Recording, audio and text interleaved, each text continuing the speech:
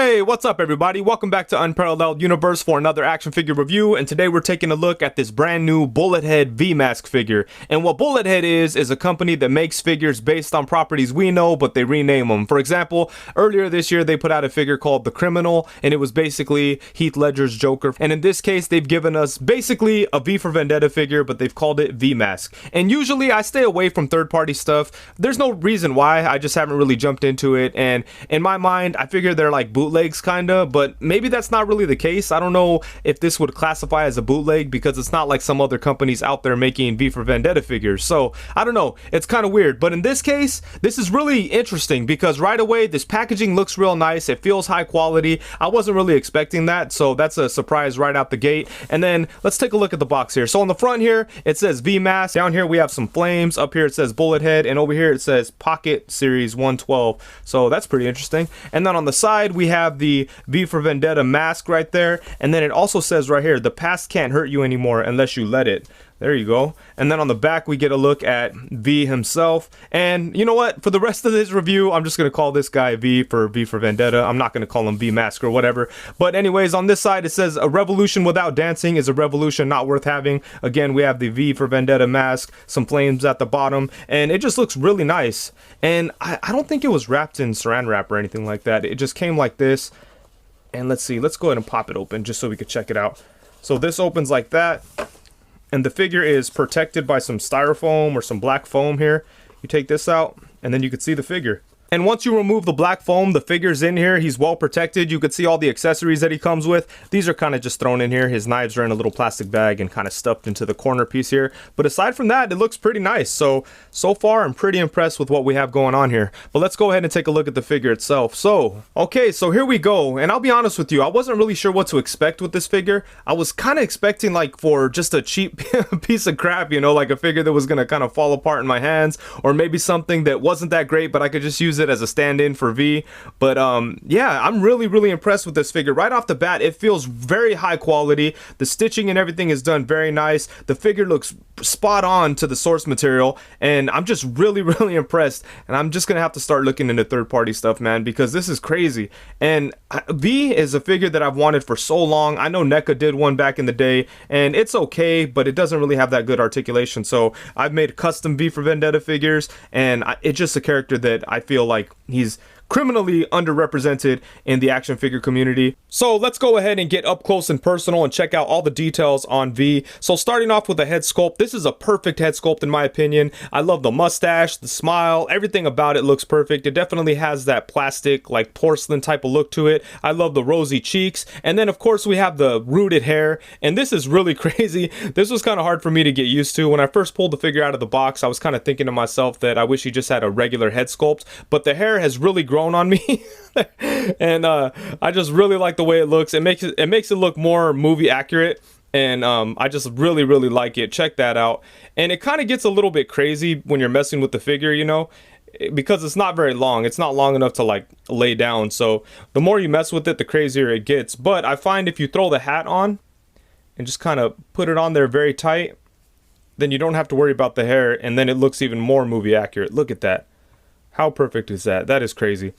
And then we go down here into the belt, and this looks nice too, and he actually has a belt buckle right there, and that's cool. Then you have all these little holsters for the knives, and let's go ahead and see how those work real quick. You just stick these knives right into here, and we'll take a real close look at the knives in just a few minutes here. Give me 1 second. Boom, there we go. And look at that. That is super dope. And even though this figure does feel high quality, I did have an issue with mine where one of my little things came off. This one back here came off and I had to glue it back on, so it's on there now and it's fine. And these things kind of rotate actually. There we go, I fixed that one. But yeah, these things look good. The belt looks good. And then down into the pants, it's kind of hard to see because all the black, but there we go. The pants are pretty straightforward, just black pants, and then these boots. And the cape is really nice too. I mean, when you take the cape off, it feels a little cheap, but on the figure it works perfectly. It drapes over him very nicely. Look at that. It just lays right on him and looks really good. So I do like that a lot. Yeah, just overall, this figure looks incredible. And even though I don't think every detail is perfectly accurate to the movie, I feel like it captures the look perfectly fine in my opinion. And I really like the way it looks. So aside from the knives and the hat that we've already seen, he does come with a couple of other accessories, including 3 different sets of hands, but they're all very similar. It's kind of hard to describe them, but the first set is just a set of open hands, and then the other 2 sets are pretty much just kind of loose gripping hands, I guess you could call them, but they all do look cool. He doesn't really have any traditional like fists or flat hands or anything like that, just these weird kind of open hands. And then aside from that, he does come with the rose. And taking a closer look at the accessories, starting off with the rose, I think this looks pretty good. It has a green stem, green leaves, and then pink petals up here. I do wish that it was a little bit more red, but it does look nice, and it looks like it has a little bit of a paint wash in there, so that is cool. But this thing does not compare to the coolest accessory that he comes with, which are his daggers. And these things are super dope because they're actually metal, and that is just amazing to me. That is so crazy. But let's check these out. So he is able to hold them. You could stick them right in his hands like that, so that works out good. Or you could stick them into the holsters right here, and then he looks awesome with all his knives in there like that. So I do like that a lot. And one small gripe I have about this figure is when you try to switch out his hands, look what happens. So you pull it off, you pull the whole glove off actually, and that's fine. But then look at the sleeve. It's super loose, and it's really hard to get these gloves on and off because the sleeve part just moves. I kind of wish it was like glued down here or something like that. I don't know what they could have done, but I wish it was a little bit tighter so it's easier to get these gloves on and off. But check it out. This one actually isn't as bad as the other one, but let's go ahead and see what we're talking about here. So you pop the glove on like that, and it kind of wants to push the sleeve around, and when you're doing that, the head always pops off. See, it came right off. So that's kind of frustrating. Actually, that worked out okay. Actually, you can see how it's bunched up right here. It looks kind of ugly. So it takes a little bit of work to get his hand on there and still make it look nice. Aside from that, that's really one of the only gripes I have with this figure. So for some quick size comparisons, we have V alongside the Mafex Miles Morales Ultimate Spider-Man and the Hasbro Black Series Mandalorian with an awesome custom cape from Harker Customs. I'll be sure to leave a link to his Instagram in the description below. Be sure to check him out. And then here we have him alongside the Lightning Collection Green Ranger and the NECA movie Teenage Mutant Ninja Turtles Raphael. Here he is alongside the SH Figure Arts Jack Sparrow and the Mezco 112 Collective Michael Myers. And then here we have him alongside the best movie 6-inch Captain America ever made, and that would be the Marvel Legends Walmart exclusive Endgame Captain America and the Marvel Legends Scarlet Spider. And then next we have him alongside the Mezco 112 Collective Blade and the Mezco 112 Collective Sovereign Knight Batman. And to finish off the comparisons, we have him alongside the Marvel Legends Bucky Cap and Marvel Legends Pizza Spider-Man. Okay, so I want to be able to check out the articulation without the cape getting in the way, so all we have to do to take that off is pop his head off, and then the cape just comes right off over the collar, and then you could stick his head right back on without any problems. And that's cool too, because that's a look he had in the movie and in the books, you know, him running around without the cape, so that works. But anyways, let's get into it. So his head is able to move side to side. His head and neck setup is very similar to Mezco Joker, so you don't have any movement where the head meets the neck. It's only where the neck meets the torso, and with that he could go forward to about right there, but then it kind of wants to pop out. It might have popped out. Oh no, it's still there. So that's about as far as you could go down, and then he could go up to about right there, which is pretty good. And then he has a little bit of tilt back and forth. But again, if you move it too much, it's going to pop out. But still, his head has some decent articulation. And then for the torso, he has a mid-torso cut, and he's able to crunch forward to about right there. It's not too much, but it's okay. And then it can move back to about right there. It can move to the side a little bit, but it's all hindered because of his jacket. His jacket kind of makes it want to go back into its natural position, but he does have a little bit of tilt. Same way this way. And then he has swivel at the waist and at the torso, so that works. And then he does have some type of butterfly joint at the shoulder, but it's hard to get it to move, again, because of the material. But you are able to get his arm, in front of his chest like that. So I do like that a lot. That's really good. And then you can bring his arm back out to the side. You have upper bicep swivel, double jointed elbows, which gets some pretty good range, pretty good bend there. And then you have a swivel at the wrist, and there is no hand articulation, so you have no actual swivel or hinge or anything at the hand and wrist itself. You just have swivel at the glove pretty much, and that's about it. And then for the legs, you could come out to the side a pretty decent amount. Then you have double jointed knees. You kind of have like a upper thigh swivel, but there's no thigh cut. It just kind of swivels on the ball joint in the hip. So, I mean, that's okay. And then he could kick forward to about right there. He could bring his leg back to about right there. And I think I already mentioned double jointed knees, but just in case I didn't, he does have double jointed knees.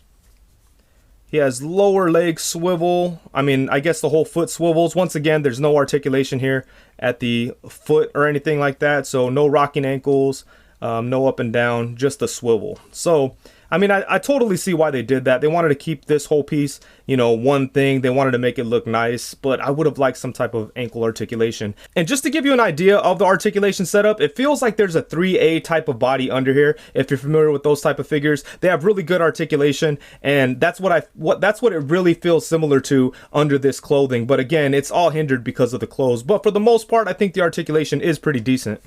Okay, so overall, I love this figure, and to be honest with you, I'm blown away by how good it is. I'm really impressed with the quality of the cloth material. I love these metal knives. How crazy is that? I don't think I have any figures that have actual metal weapons or metal knives or swords or anything like that. So that is just really, really impressive. And then the one thing that's a little weird about this figure for me is the hair. It's kind of hard to get used to, but it's growing on me. I love the way it looks, especially because, you know, with the character, he's actually wearing a wig. So, I mean, it adds to that and it looks cool, but I don't know, it just feels kind of funny when I'm messing with it and trying to like push it down. It feels like I'm playing with a doll, but you know, nothing wrong with that. If it's a doll, it's a doll. It's an awesome doll. But yeah, it's so cool. It looks good. I love all the accessories that he comes with, the rose, the multiple hands, and that's basically all you need. So that's really cool. I can't really think of any other accessories that he's missing. I feel like he has everything that you would want with a V for Vendetta figure. And yeah, man, like I said, I'm just blown away by how good this figure is. I guess for flaws,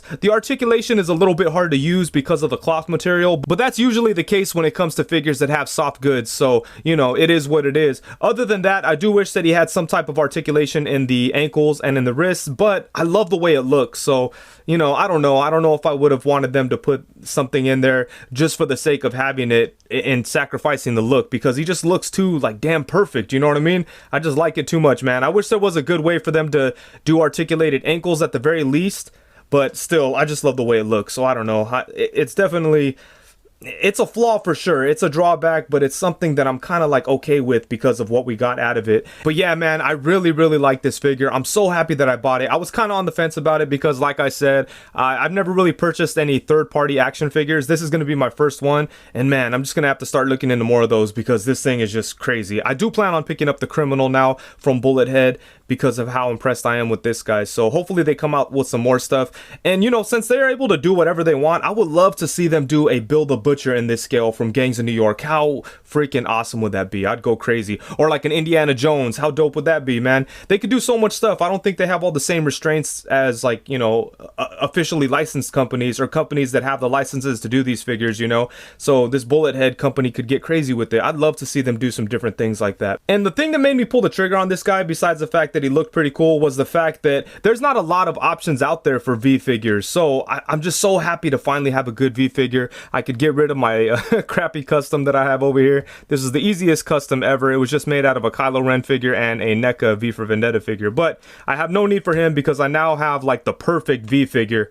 And you know, it's kind of funny. I feel like there's some kind of justice in getting a third-party V for Vendetta figure, because obviously he's an Alan Moore creation, and I think it's kind of cool that we're able to get a V for Vendetta figure without DC getting paid off of it. I know that sounds kind of funny to say, but you know, as the legend goes, they kind of screwed him over. So I'm sure he doesn't want any kind of merchandise going on of his figures, but if it had to happen, I'm sure it'd make him a little bit happier if DC wasn't getting paid. So that's kind of the situation here. I know that's kind of weird, but that's something that I had in mind when I bought this figure too. Anyways, I love this thing and I'm very happy to have it. But I think that's it. Thank you so much for watching. Please be sure to like, comment, subscribe, and all that good stuff. And thank you very much. Peace.